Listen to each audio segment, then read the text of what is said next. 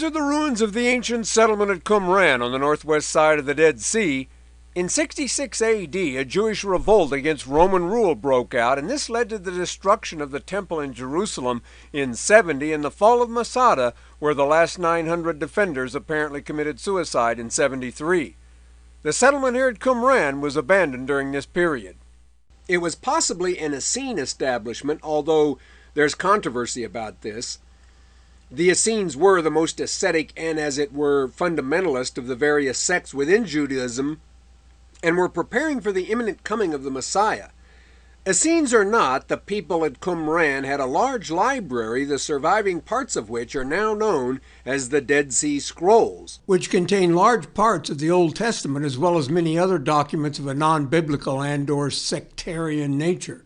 These were hidden in these and other caves in the hills around the settlement to keep them out of the hands of the Romans. They remained hidden until the first of them were discovered by shepherds in 1947. Since then, many more have been found.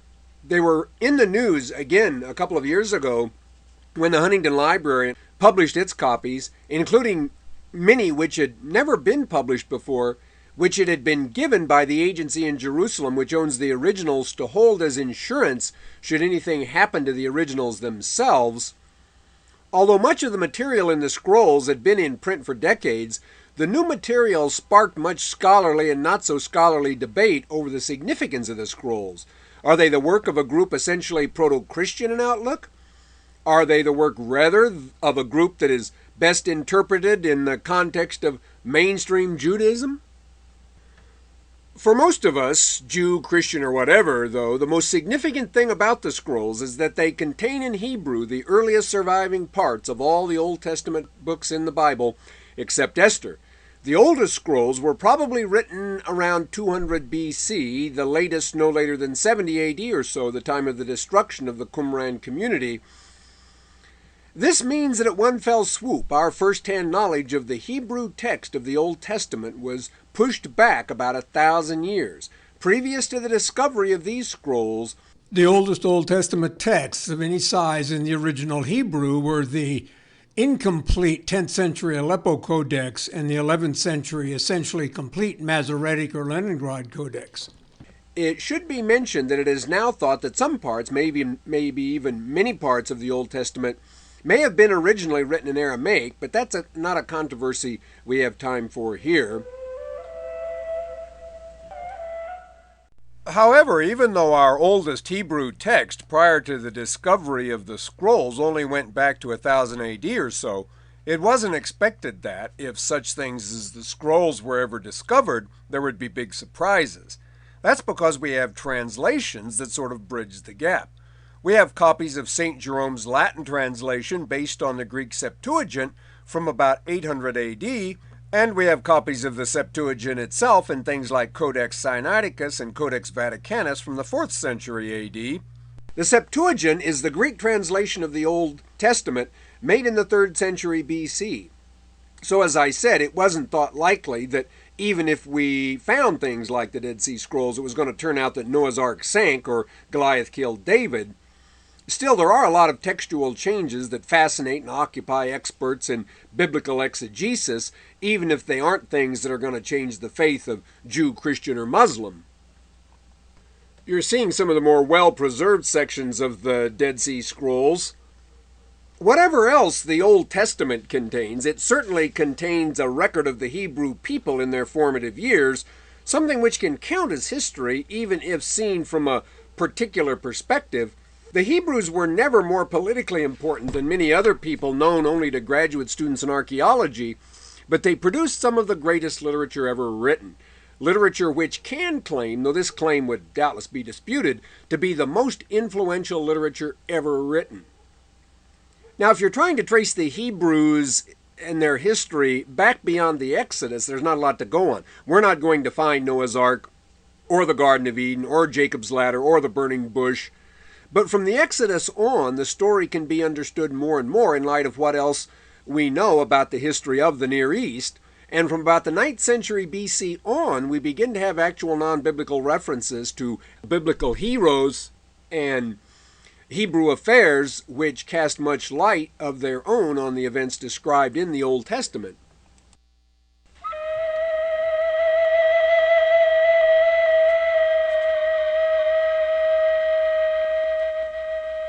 In all Hebrew sources, the Jews are said to have crossed Yam Suf, or the swamp, when they left Egypt.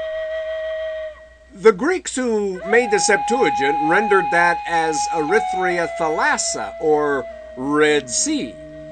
So then Jerome translated that into Latin as Mare Rubrum, Red Sea, and King James's people correctly translated Mare Rubrum, of course, as, again, Red Sea. The problem is that what we call the Red Sea today is far away from any route the Jews could have taken.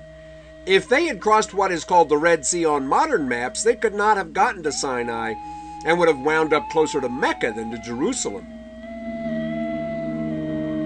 Probably the Greeks just thought of the Gulf of Suez and the lakes and swamps between it and the Mediterranean as all part of the Red Sea, so they weren't trying to mislead anyone. It's just that we call something different by that name now.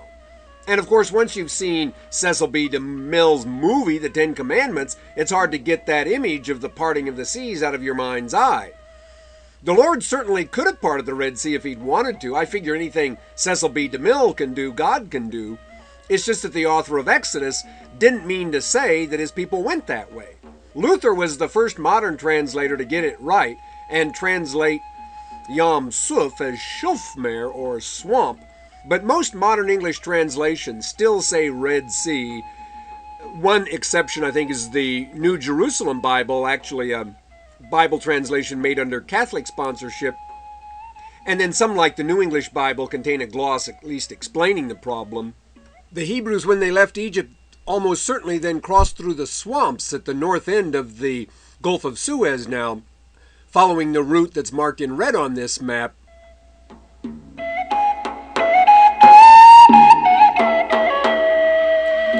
So the Jews wound up in Sinai, not Arabia, and many were soon sorry they'd ever left Egypt. There aren't a lot of jokes in the Old Testament, but one is made in effect at the expense of Moses at this time. One of his thirsty followers came to him and said, "Moses, why did you bring us all the way out here to die? Aren't there cemeteries in Egypt?" And 40 years, of course, in territory like this could make a person question his faith if it weren't really strong.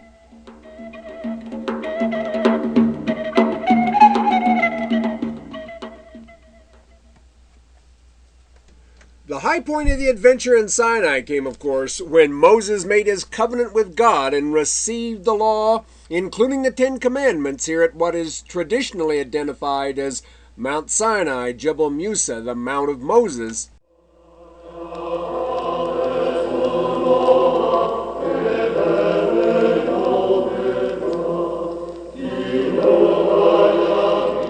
A Christian looking back at this might be a little surprised to learn that the deal the Lord makes includes no promises about a life to come or eternal paradise.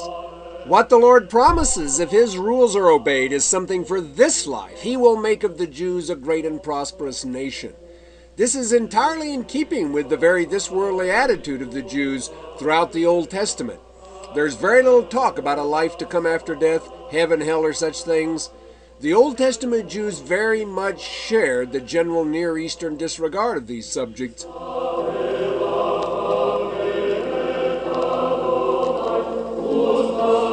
Moses died just as the Jews were preparing to cross the Jordan. They'd come up on the east side and so crossed going west into Canaan, and were lucky that there was no Hammurabi or Nebuchadnezzar around to stop them, or the Old Testament might have ended with the Exodus. It was Joshua then who actually led the people into the Promised Land, and he's one of the real Rambos of the Old Testament.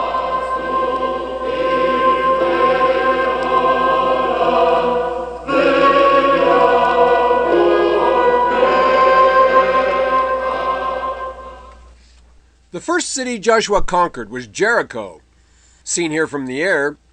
One of the oldest cities in the world, and he and the Jews killed everything they could find there. Men, women, the old, the young, and all the animals too, for good measure.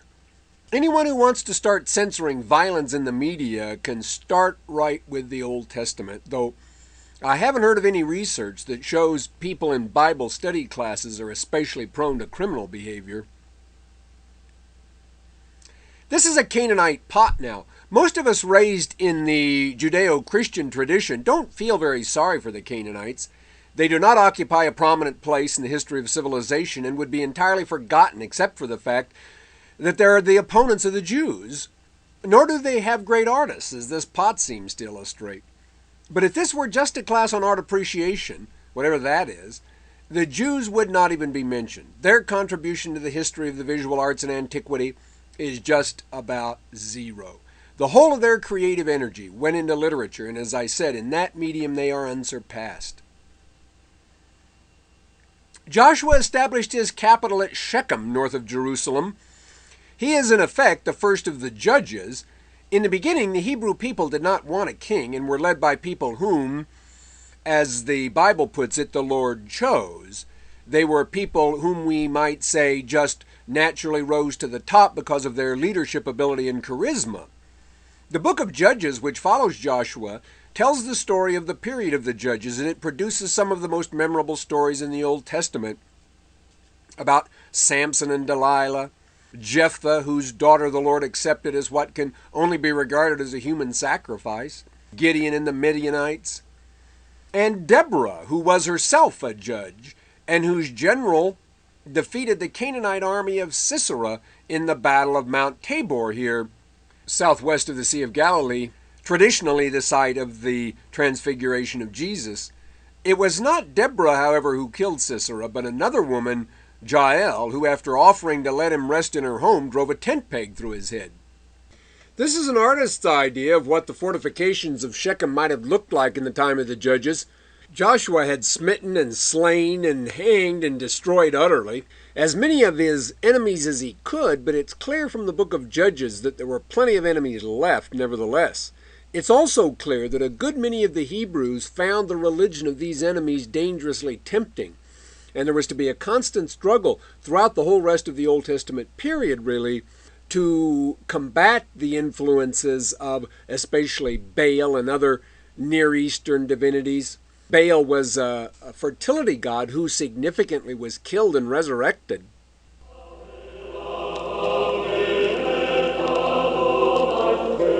The Hebrews set up a tabernacle for the Ark of the Covenant, that is, the chest containing the autographed copy of the law at Shiloh, a former Canaanite cult center.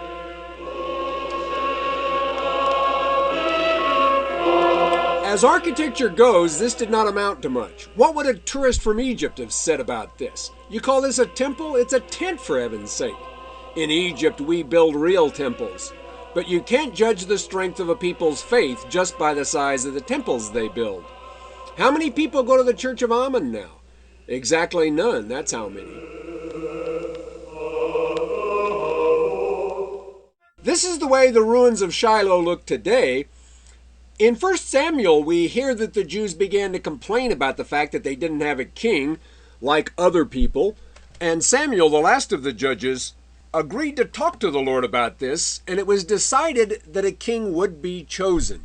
Samuel was to anoint as the first king the tallest man he could find, and sure enough, pretty soon tall Saul showed up, a choice young man and goodly. One would think that a better criterion for picking a king might have been suggested, although it is worth pointing out that in something like 85% of presidential elections, the taller man has won.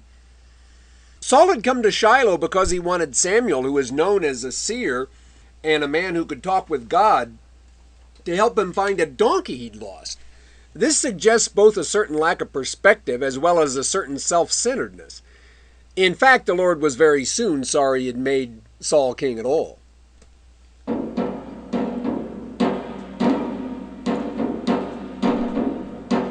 This is the Valley of Elah now, southwest of Jerusalem.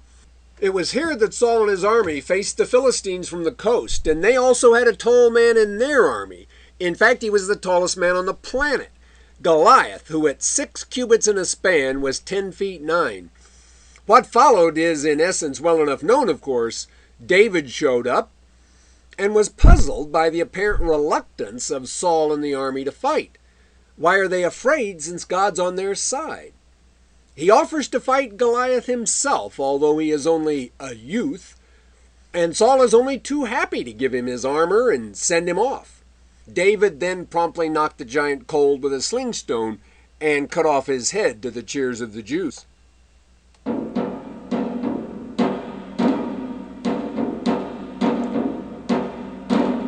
Here you're looking across the Jezreel Valley now to Mount Gilboa. David went on to win the friendship of Saul's son Jonathan and the heart of his daughter, but this is not altogether pleasing to Saul, who eventually becomes so jealous of David's influence over the people that he tries to kill him. David was forced to flee and was not with Saul's army then at the climactic battle of Mount Gilboa, where the Philistines defeated the Jews and killed both Saul and Jonathan. Their bodies were hanged by the victorious Philistines from the walls of the city of Bethshan, the ruins of which you see here. And 2 Samuel begins with David's lament for them. The beauty of Israel is slain upon the high places. How are the mighty fallen, and the weapons of war perished? This is the Dome of the Rock now in Jerusalem. David was acknowledged as the successor to Saul as king, and he established his headquarters in Jerusalem, which from then on would be regarded as the spiritual center of Judaism and eventually of Christianity too, along with Rome. Essentially nothing of the Jerusalem of David's day survives above ground, but the area of the Temple Mount, where the mosque known as the Dome of the Rock has stood since the 7th century A.D., would have been the center of the city.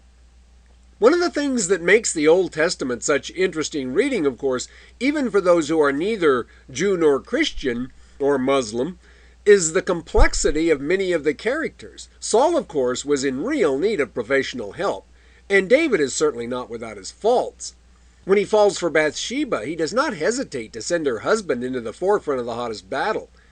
When the morally questionable nature of this was pointed out to him, he was contrite, but he didn't give up Bathsheba. Solomon, David's son by Bathsheba, was, despite his origin in David's sin, loved by the Lord. He's famous for his wisdom, illustrated in the disposition of the case of the child claimed by 2 women. But he went on to acquire 700 wives and 300 concubines, and this did test the Lord's patience. He built the first real lasting temple, though, a reconstruction of which you see here, but he also built a colossal palace for himself and his harem. And his taxes and other demands put a heavy burden on the people, although it was probably in his day that the kingdom was at its peak in terms of political importance in the area. He built fortifications and warehouses at Megiddo, which you see here, to store military equipment, and he fortified Hazor to the north, which you see here. But finally the Lord became fed up with him and told him that while for the sake of David he would not kick him out, he would not allow his son Rehoboam to inherit the kingdom whole. As a result, when Solomon died and Rehoboam went north to accept the allegiance of the tribes there, he was stoned and chased away. In fact, 10 of the 12 tribes, traditionally said to be descended from the 12 sons of Jacob called Israel, refused to acknowledge him as the new king. Only the largest, Judah, where Jerusalem is, and Benjamin, stuck by the house of David.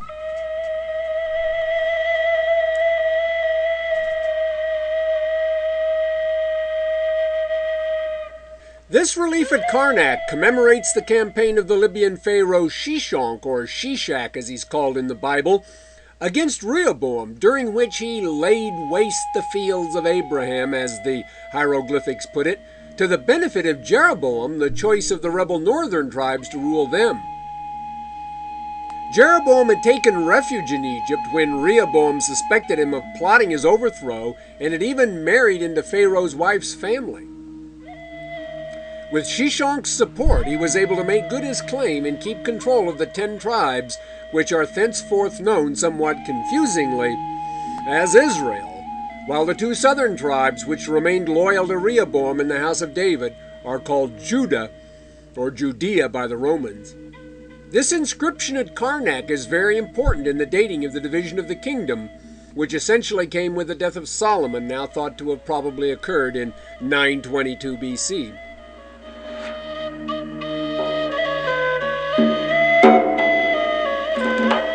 Samaria, of which you see the tell or hill here, became the capital of Israel during the reign of Omri, about 875. Since 10 of the 12 tribes make up this kingdom, it would seem that they would dominate the rest of the Old Testament, but not so. That's because the people who wrote the Old Testament lived in Jerusalem and despised the people of Israel or Samaria as deserters and backsliders.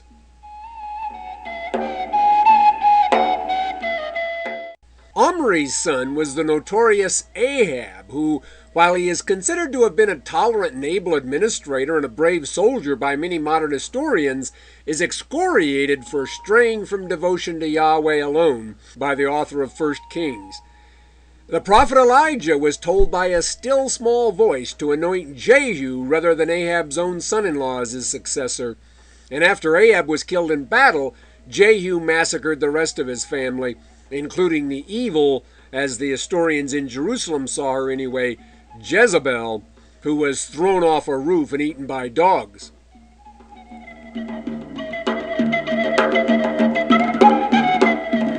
This is another view of Samaria, and the authors of Kings, 1 Kings don't like Jehu either, though, because although he was Ahab's political enemy, he did no more than the latter to stamp out the hated Baal worship. Even as late as the time of Christ, it was thought remarkable that any good person at all could come from Samaria. That's the point, of course, of the parable of the Good Samaritan in the New Testament. In 1850, Austin Henry Laird found this so-called Black Obelisk at Nineveh. It's now in the British Museum. It's an Assyrian monument detailing tribute offered to King Shalmaneser III thereof. Jehu himself is depicted on it around 850 BC and thereby becomes the first biblical figure to appear in a work of art. It's not a very dignified entry into the media, but it is a memorable one, and from this point on, the Assyrians were to be a dark cloud hanging over both Israel and Judah.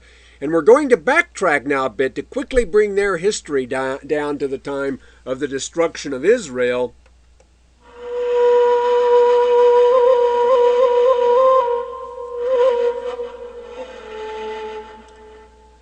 The ancient capital of Assyria was Assur above the Tigris.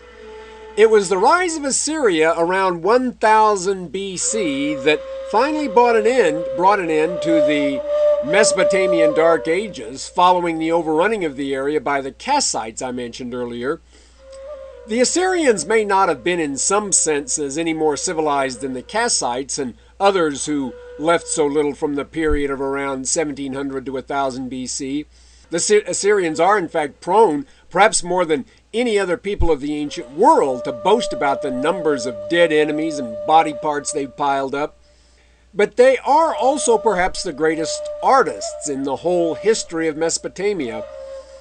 And at least by the 7th century BC, they were collecting great libraries and producing interesting literature in their own right.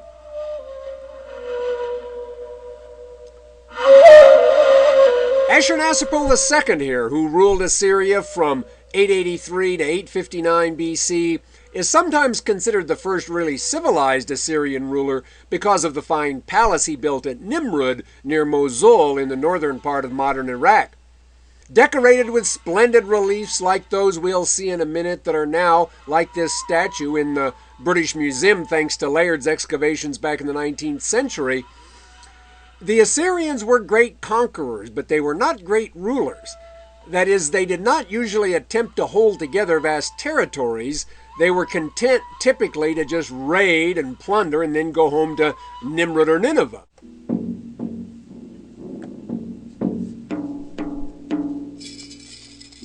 This is a relief from the palace of Ashurbanipal II in Nimrud. It's now in the British Museum. Like the Egyptians, the Assyrians do their best work in bas-relief, but no one would ever mistake an Assyrian for an Egyptian. That'd be like mistaking an Oakland Raider lineman for a member of the San Francisco Ballet. The Assyrians are heavily bearded mesomorphs. Egyptians are smooth-shaven and graceful. Here's another example from Nimrud. This would be the middle of the 9th century BC.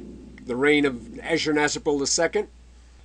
As we'll see, their art is thoroughly macho. This is about as cute as it gets. There's not a woman to be found, which further emphasizes the contrast with Egypt. Nor does even one ritual devoted to Ishtar, the goddess of femininity and love, survive. There is, however, the at least semi-legendary Amazon Semiramis, the Assyrian answer to Hatshepsut, who apparently actually did rule Assyria in some sense for about 5 years, at least as regent for her son.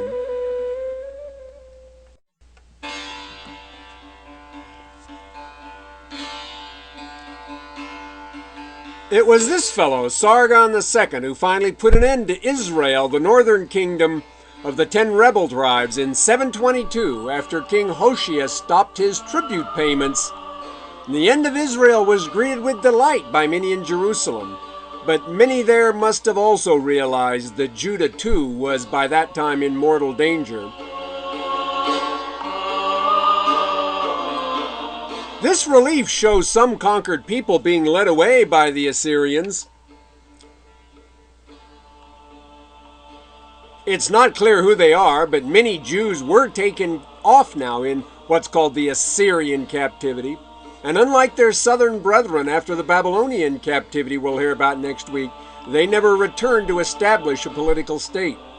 They became the lost tribes of the earliest diaspora.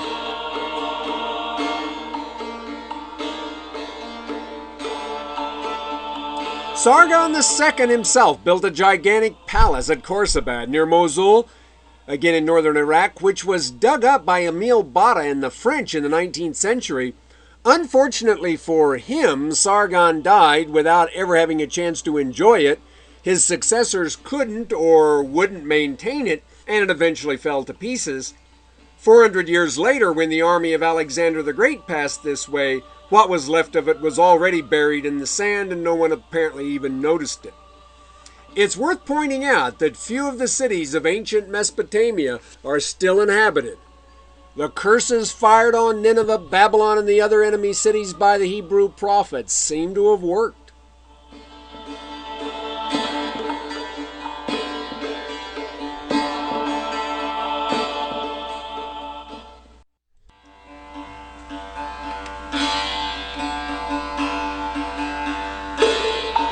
Most of what is left of Khorsabad is now in the Louvre. It's important to notice that virtually all the Assyrian art we have comes from secular sources, not from temples, and almost nothing comes from tombs. This is just the reverse of what we found in Egypt, of course. And this also helps explain why we have so few Assyrian paintings. They weren't protected from what someone calls the slow hurricane of time in massive underground de facto art galleries like those of the Egyptians. The Assyrians did not build large tombs. Even the royal dead were apparently buried in relatively simple style or else cremated. I don't believe any tomb of a famous Assyrian ruler has ever been found, though a few years ago what may be the tomb of Sargon II's daughter was discovered and contained some fine gold jewelry.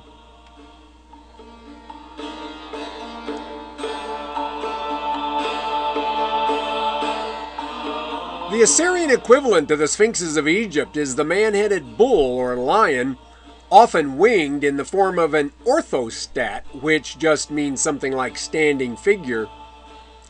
Like Egyptian sphinxes, these orthostats usually served as sort of stone watchdogs or gatekeepers.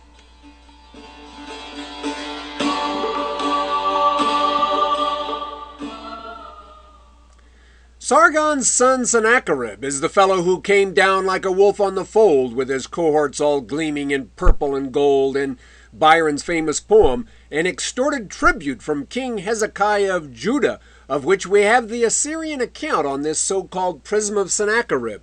This is an especially interesting thing because the account here can be compared with the Jewish version of what was turned over to him in 2 Kings chapter 18. The two accounts are roughly the same. James B. Pritchard's book, The Ancient Near East in Text and Pictures, has the Assyrian version if you want a detailed comparison. Sennacherib went all the way to Egypt and then ran into trouble. Herodotus says his army was attacked by a plague of rats. 2 Kings says he was smitten by the angel of the Lord. And things went from bad to worse when he got back to Nineveh. He was killed when one of his own sons hit him over the head with the statue of a god. Esarhaddon, whom you see here, was a son of Sennacherib, though not the parricide. He had more success in Egypt, taking his army all the way to Luxor in about 671 BC, and obtaining the transient submission of Taharka, the Ethiopian pharaoh, and various other princelings like the tiny insignificant ones represented on this relief next to his gigantic majesty. Of himself he says here, in fact, I am gigantic, I am stupendous, I am colossal, and so on. Durant calls him Assyria's justest ruler. He rebuilt Babylon, for example, which his father had sacked, but he was not modest.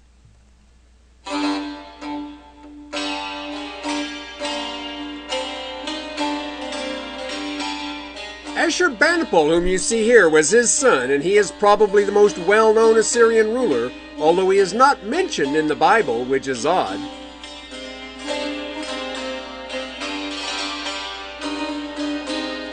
One might suppose that this is because he gave the Jews less trouble, but it was probably during his reign that the prophet Nahum wrote, and he is more violent in his denunciation of the Assyrians in general than any other Old Testament writer. In any case, Ashurbanipal was certainly a cultivated fellow by most standards. He built splendidly at Nineveh and Nimrud. The finest Assyrian art was created in his day. He owned the famous library, in the baked clay ruins of which Layard and George Smith found the Gilgamesh epic. And he wrote an interesting autobiography, as I guess we can call it, in which he boasts not about his military accomplishments, but about his knowledge of math, literature, and astronomy. His favorite pastime, if we can judge from surviving art, was hunting, and we'll see some of the reliefs which survive from his day in the British Museum. They depict mostly lions running, lions fighting, lions dying, pursued by man-like creatures with bows and arrows, spears, knives, sticks. We'll also hear a piece of music. The music we've heard so far, as I've said, has been highly speculative reconstruction at best. The piece we're going to hear now, however, is much more authentic. This very spare and academic performance is based on texts discovered at Ras Shamra, or Ugarit, on the west coast of Syria, a site where many valuable written records of all sorts have been discovered over the past few decades. Professor Ann Kilmer of the UC Berkeley Department of Assyriology and Professor Richard Crocker of the Music Department are the people responsible for this recording we'll hear, of what can probably be called the earliest surviving piece of playable music. It is very simple in comparison to the imaginative reconstructions of Egyptian music we heard, but it wasn't meant to compete for a Grammy. It's kind of like the musical equivalent to a journal article. It received its modern premiere at Zellerbach Hall on the UC Berkeley campus in 1977 and was greeted with much applause and puzzlement. It is called a cult song and was probably written around 1200 BC. It's played here on a reproduction of one of the lyres Woolley found at Ur, like the one we saw earlier. And since the sculpture we're going to see is 7th century BC, this presentation contains elements covering 3 millennia of Mesopotamian history.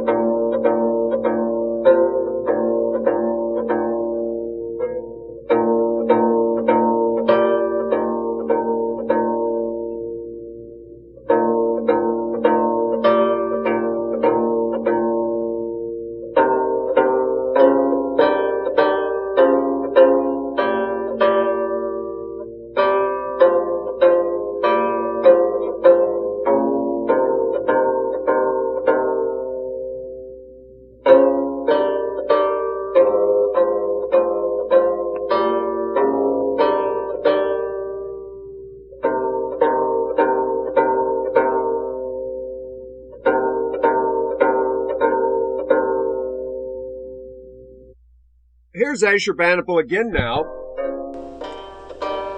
In his later years, he ran into many problems, not least with his own brother, and disappeared from history, apparently dying in about 627. Byron has him, as Sardanapalus, incinerate himself in his palace with all of his treasure and women, but that's just poetic license. Shortly after his death, the Babylonians under Nabopolassar and his famous son Nebuchadnezzar overran Assyria and destroyed Nineveh in 612, which was never again to be inhabited. Thus ended the most long-lived Mesopotamian empire. The prophet Nahum and no doubt many others in Jerusalem thought this was great and that the Assyrians had gotten what they deserved. Nineveh was to be eaten by worms, says Nahum. But the Jews had really just exchanged one devil for another, and we'll hear how it turned out for them next time.